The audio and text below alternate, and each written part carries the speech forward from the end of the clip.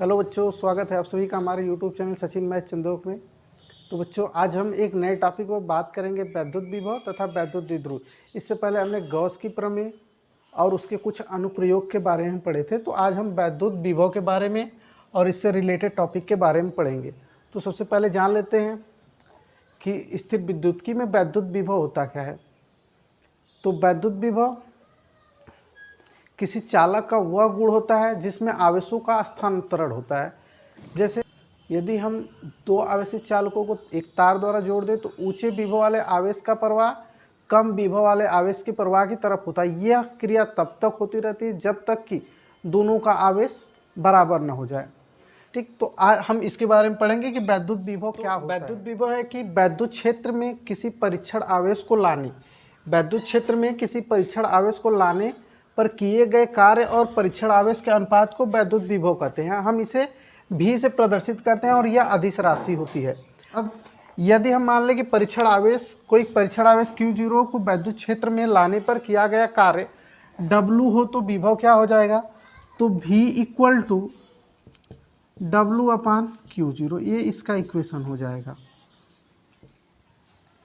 हम बात करें इसके मात्रक की, तो मात्रक क्या होगा वैद्युत विभव का, तो होता क्या है वैद्युत विभव equal to V equal to W/Q0। तो हम मात्रक यहाँ से निकालेंगे, मतलब V का मात्रक, W क्या होता है जूल आवेश का कूलाम, यानी कि जूल प्रति कूलाम, या इसको हम वोल्ट भी बोल सकते हैं। तो हमारे पास मात्रक निकल क्या गया कि जो विभव का मात्रक होगा जूल प्रति कूलाम या वोल्ट होगा। अगर हम बात करें, अब मात्रक निकल गया तो इसके बीमा की बात करें, डायमेंशन की, बीमा या डायमेंशन। तो जब बीमा की बात करेंगे तो हमको जब मात्रक निकल गया तो यहीं से हम रखेंगे, चूँकि V इक्वल टू W/Q दिया गया है। W कार्य का मात्रक जूल होता है, तो हम इसकी बीमा रखेंगे mL/2T-2।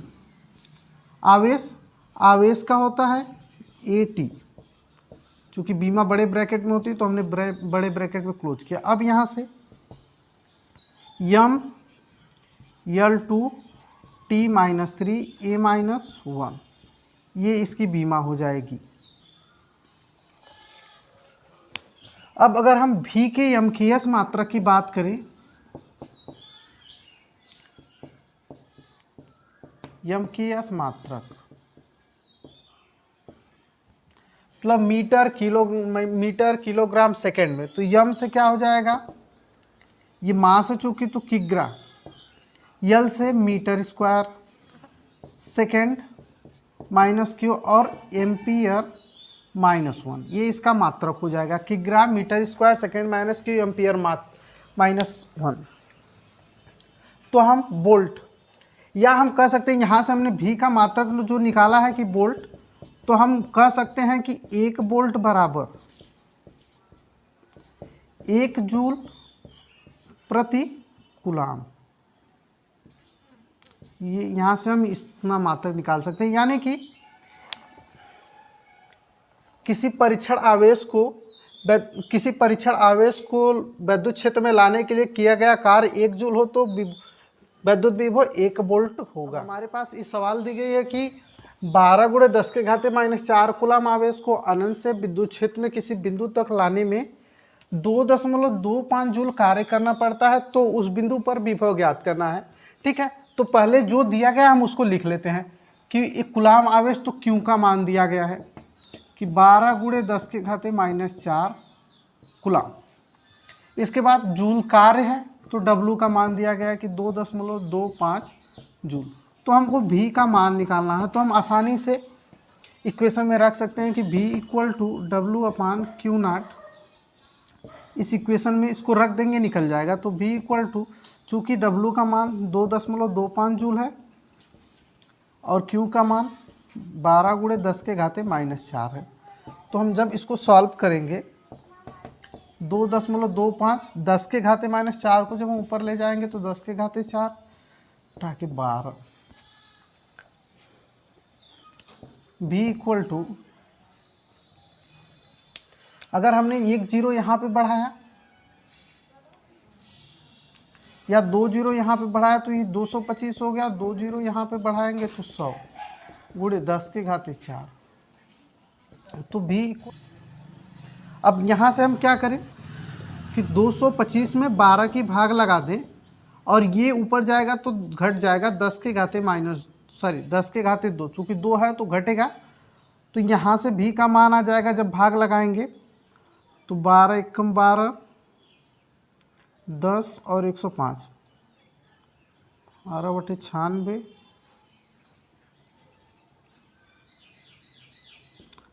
टोटल 1875 वोल्ट भी का मान आ जाएगा। अगला है कि वैद्युत विभवांतर किसे कहते हैं। तो वैद्युत विभवांतर के लिए होगा कि वैद्युत क्षेत्र में स्थित कोई दो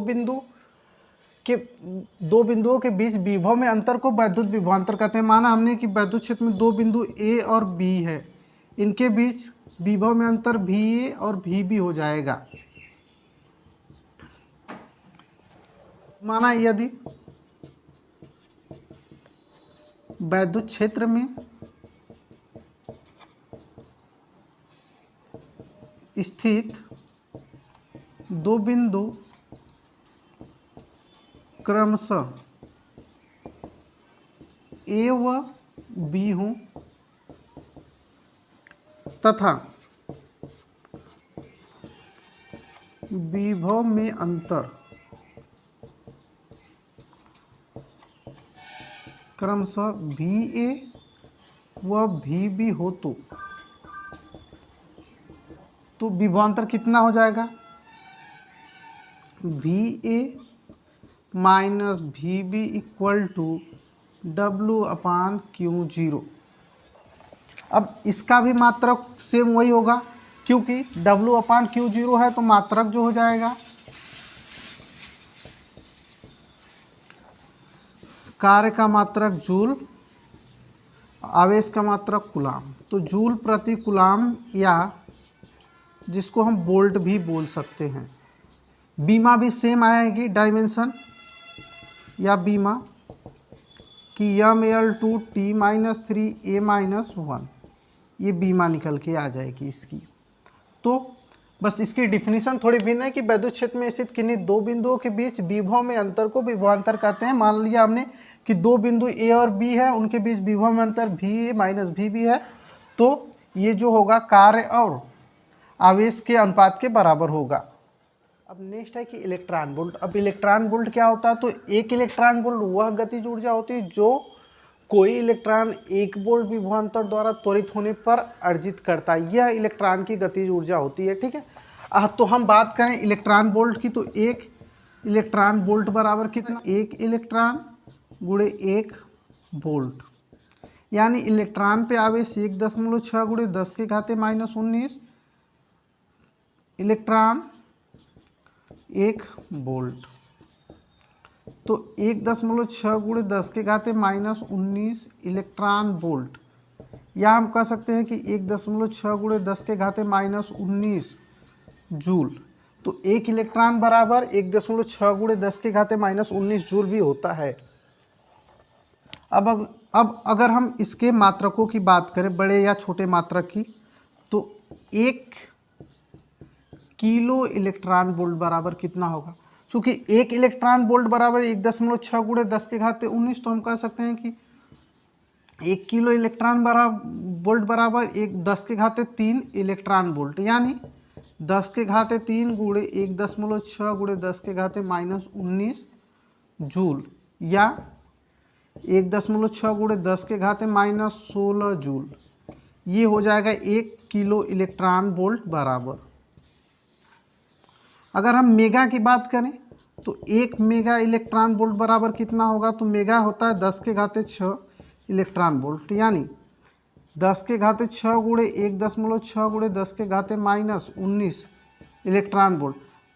जब आधार समान होते तो घात जुड़ या घट जाती, तो 19 में से 6 घट जाएगा तो 13, 1.6 गुणे 10⁻13 इलेक्ट्रॉन वोल्ट, ये इसका बड़ा मात्रक होगा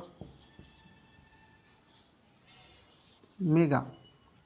अब जैसे ये सवाल है बोर्ड पे कि दो बिंदुओं के बीच विभवांतर 50 वोल्ट है और एक बिंदु से दूसरे बिंदु तक ले जाने पर किया गया कार्य 1 × 10⁻³ है, तो Q का मान ज्ञात करना है। तो जब ऐसे सवाल आए तो पहले हम इनका जो दिया गया है उनको लिख लेते हैं हम, चूँकि हमारे पास विभवांतर है तो V =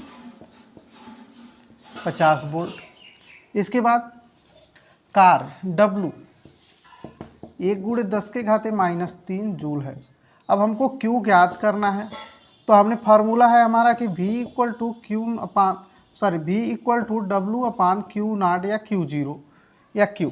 तो हम इस फार्मूले पे रख के सवाल को निकाल सकते हैं कि V हमारा V और Q से हम रिप्लेस कर दें, V को Q से, तो Q = कितना हो जाएगा W/V।